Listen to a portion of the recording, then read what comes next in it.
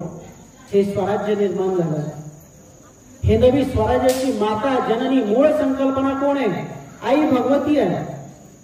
मासाहेब जिजाऊ आहेत भगवती स्वरूप। असं स्वराज्य निर्माण झालं नाही। शुभा बघ हे काय? अरे या माता भगिनींचे हंबरडे ऐक। नवरा वाजल्यानंतर सती जाणाऱ्या स्त्रियांना बघ, माता भगिनींना बघ, वाचवायचंय तुला। त्या मातेनं असं तसं सांगितलं असेल काय? शिवाला प्रत्येक घरोघरी ते हंबरडा ऐकायला लावलं। पुढची क्रांती सांगतो, गळ्यामध्ये सोनं घालून मिरवत बसलेले नाहीत मासाहेब जिजाऊ।